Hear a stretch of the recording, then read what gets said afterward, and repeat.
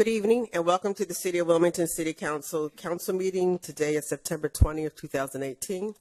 And we will open with a public comment portion of our meeting.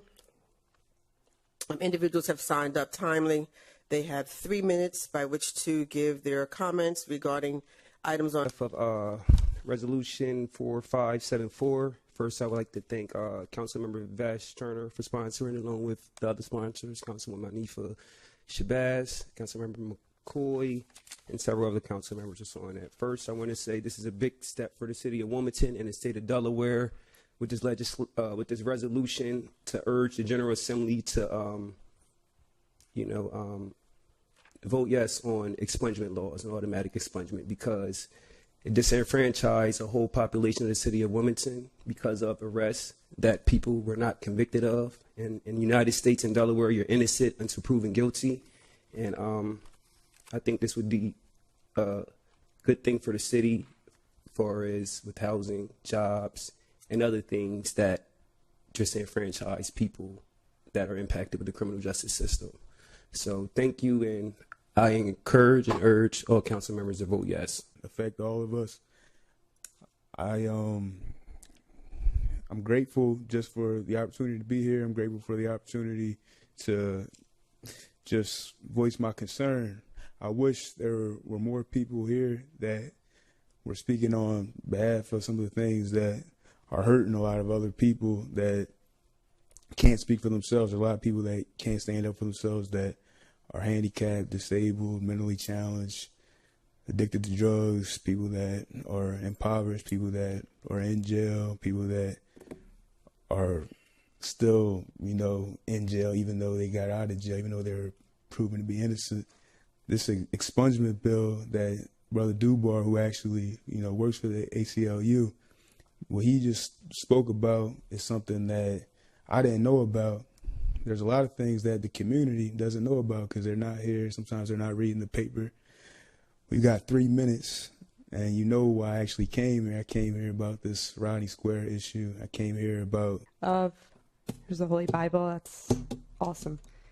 I see $1.2 million on the rounded to on the table this evening for law enforcement, and I love my law enforcement. I also love my kids, and I would love to see my kids with Surface Pros. I would love to see them be able to have these little tower things so they could use their Surface Pros to do their homework or apply for jobs. I don't know what the heck is going on, beyond aggravated with what's happened to our schools. And now it seems the law enforcement has a lot more advocacy than the students in our city, particularly on a maybe area where that has a high value to some people that want to invest. I meant to start my timer because I probably only have 2 minutes.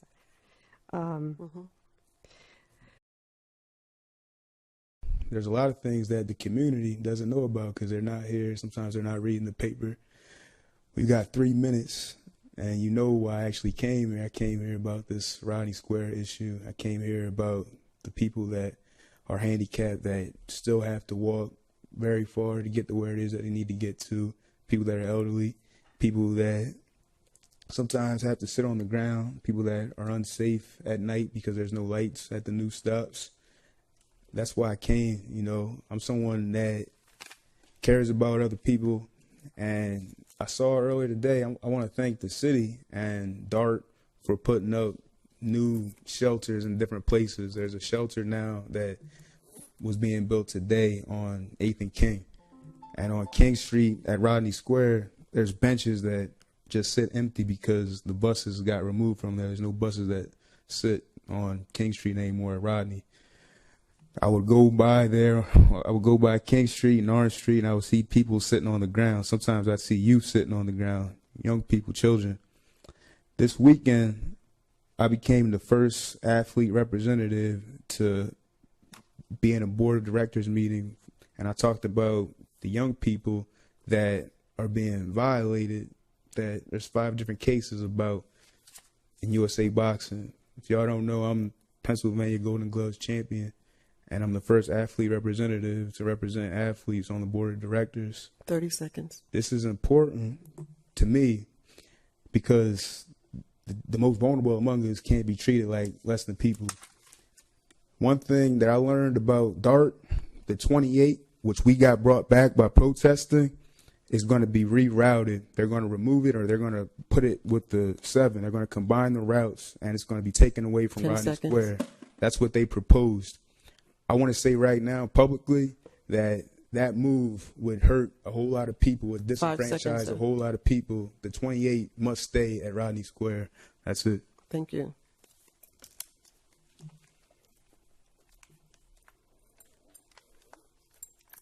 I don't want to yell. I want to tell you how amazing our kids are. I want to tell you that they're some of the greatest kids I've ever met.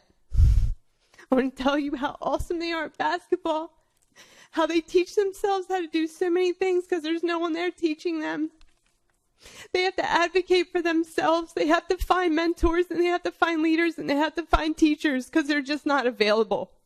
But there's $1.2 million on the table tonight for our law enforcement to help with the crime. Good education is the best deterrent to crime. I want our law enforcement to be trained and educated. I don't understand why some of that money is not going to our kids in our schools.